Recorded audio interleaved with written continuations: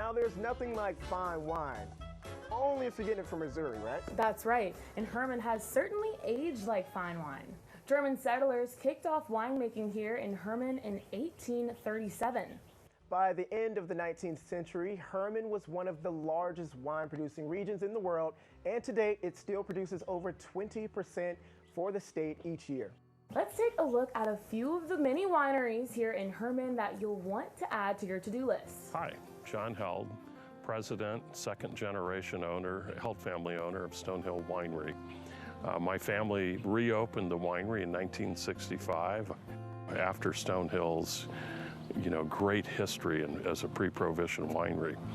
They were the second largest winery in the United States prior to Prohibition, and really achieved a huge reputation worldwide. We have continued to be completely committed to quality winemaking and have really set the bar high at both the state and national level with our commitment to quality and award-winning wines.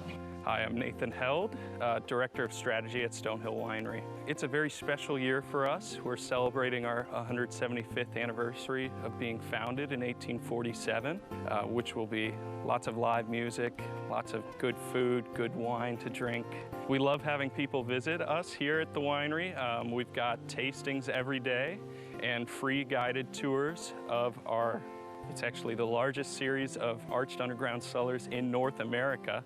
So it's a real treat to come experience those with our tour guides and see how we still do winemaking today in a space that's been there since the mid-1800s. So it's a special treat for history lovers, wine lovers, people who love food and drink or just want something fun to do.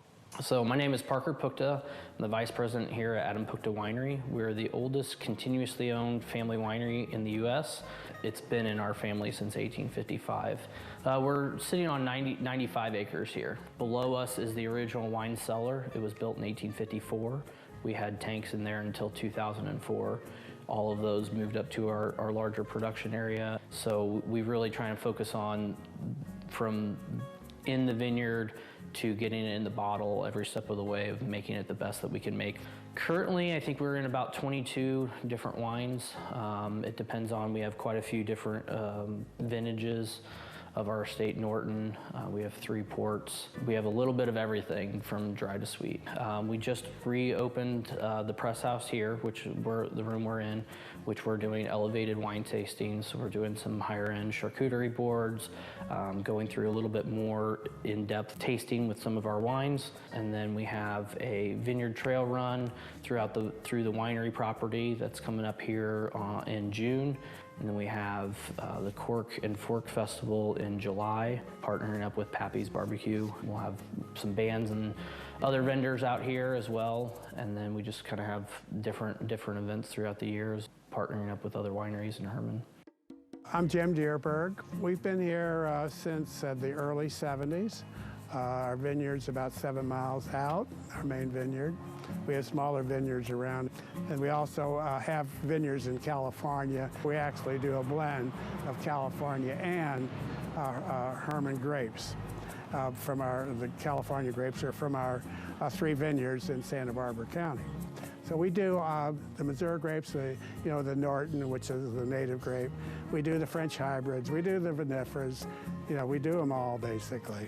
And we can because we're in multiple climates. When we talk about favorite wines, it depends a little bit on the moment, So we make like a champagne here. So like last night, we were celebrating my grandson being here.